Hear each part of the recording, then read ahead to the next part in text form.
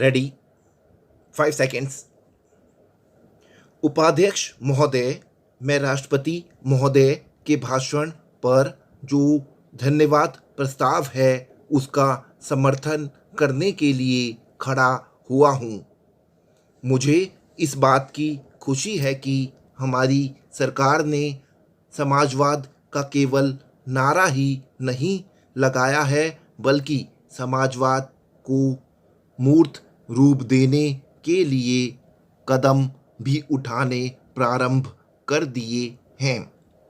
सबसे बड़ी बात तो यह है कि गरीबी हटाओ गरीबी मिटाओ यह केवल आंदोलन ही नहीं रहा बल्कि इसको कार्य रूप में परिणत करना।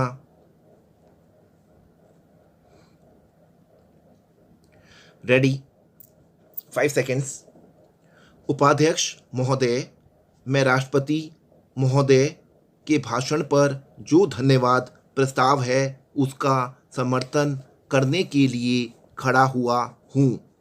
मुझे इस बात की खुशी है कि हमारी सरकार ने समाजवाद का केवल नारा ही नहीं लगाया है बल्कि समाजवाद को मूर्त रूप देने के लिए कदम भी उठाने प्रारंभ कर दिए हैं।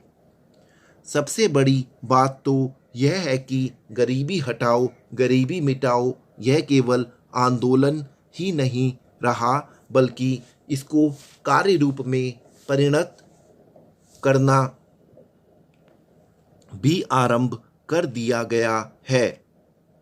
इसके लिए मैं अपने प्रधानमंत्री को जितना भी धन्यवाद दूं वह थोड़ा ही है। मुझे आपसे यह भी कहने का साहस हो रहा है कि सरकार ने इस समय हमारे पहाड़ी क्षेत्रों को पूर्ण राज्य का दर्जा दे दिया है। आज तक वो बिल्कुल पिछड़े हुए थे। मैं आपसे यह कहने का भी साहस कर रहा हूँ कि पहाड़ी और सीमा के क्षेत्रों को राज्य का अधिकार तो दे ही दिया गया है, उनको यह अवसर भी दिया गया है कि वे अपने पिछड़े हुए इलाके को उन्नत बनाने के लिए स्वयं प्रयत्न करें और अपने पैरों पर खड़े हों। लेकिन मुझे बड़े दुख के साथ आपके सामने ये कहना पड़ रहा है कि हमारे उत्तर प्रदेश के जो पहाड़ी ज़िले हैं वे आज भी बहुत ज़्यादा पिछड़े हुए हैं और उनको कोई देखने वाला नहीं है। मैं सरकार का ध्यान इस बात की ओर दिलाना चाहता हूँ कि कुछ दशक पहले इसी दिल्ली में पहाड़ी इलाकों के सैकड़ों भूमिहीन किसानों का एक बहुत बड़ा जुलूस निकला था और उन्हें हमारे राष्ट्रपति ने आश्वासन दिया कि उनकी भूमि समस्या हल करने के लिए वे उत्तर प्रदेश की सरकार को लिख रहे हैं। लेकिन आपको सुनकर आश्चर्य होगा कि कई वर्ष बीत गए हैं किंतु एक चप्पा भूमि भी किसी भूमिहीन को आज तक नहीं दी गई है। हमारे भूमिहीन किसान कभी जेल में सड़ते हैं और कभी कहीं मारे फिरते हैं लेकिन भूमि उन्हें नहीं मिली। इसी प्रकार मैं आपको यह भी बता देना चाहता हूँ कि एक बार हमारे मुख्यमंत्री जी ने भी लिखा था कि हमारे उत्तर प्रदेश के जो पहाड़ी ज़िले हैं वे पूरी तरह से पिछड़े हुए हैं।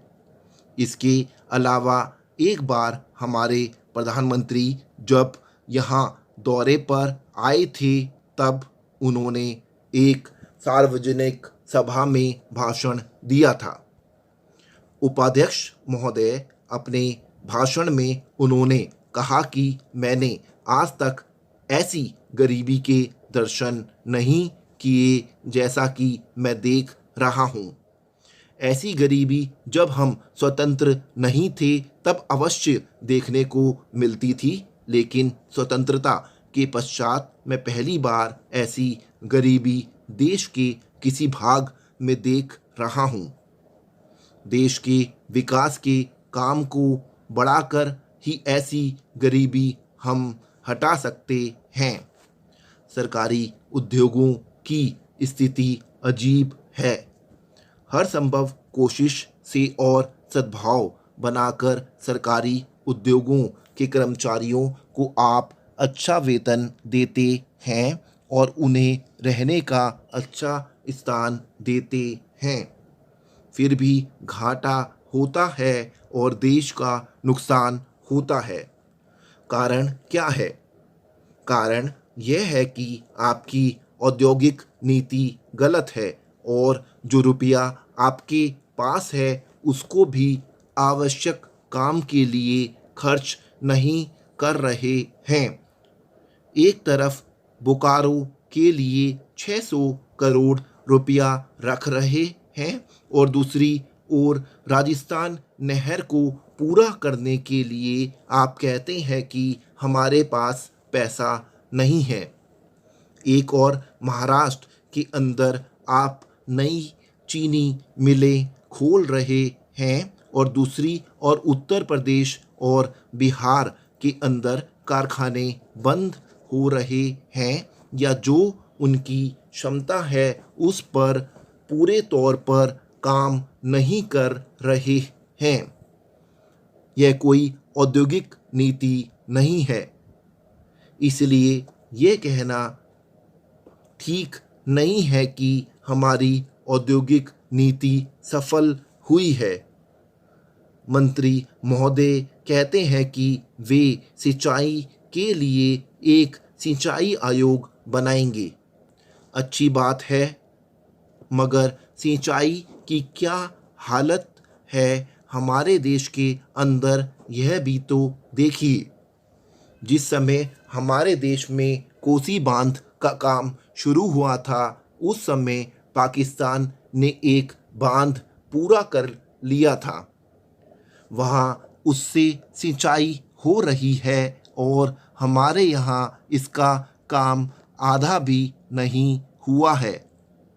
राजस्थान नहर शुरू हुए कितने वर्ष हो गए हैं परंतु अभी भी वह बनी नहीं। हमारे यहाँ कोई ठीक तौर तरीका नहीं है।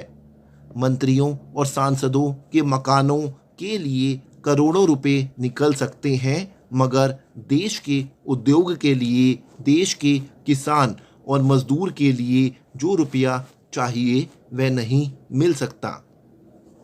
उसके लिए रुपया नहीं दे सकते हैं। यह कोई उद्योग नीति नहीं है।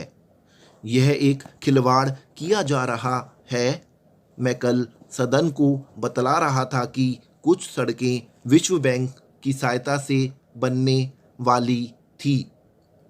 उपाध्यक्ष महोदय, मैं राष्ट्रपति महोदय के भाषण पर जो धन्यवाद प्रस्ताव है उसका समर्थन करने के लिए खड़ा हुआ हूँ।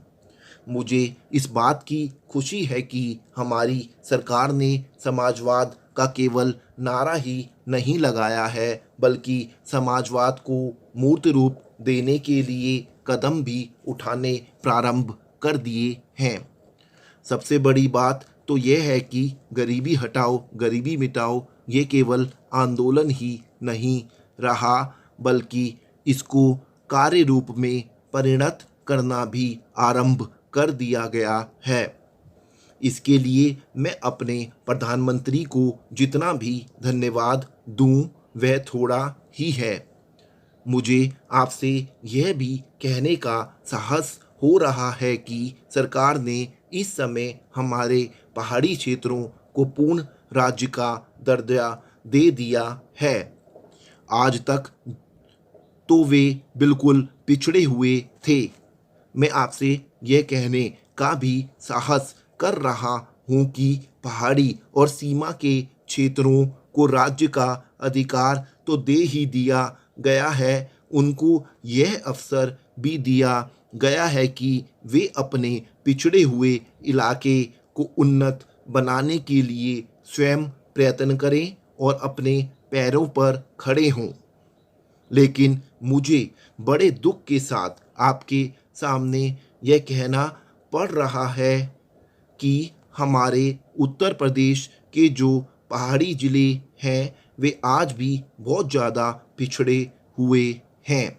स्टॉप।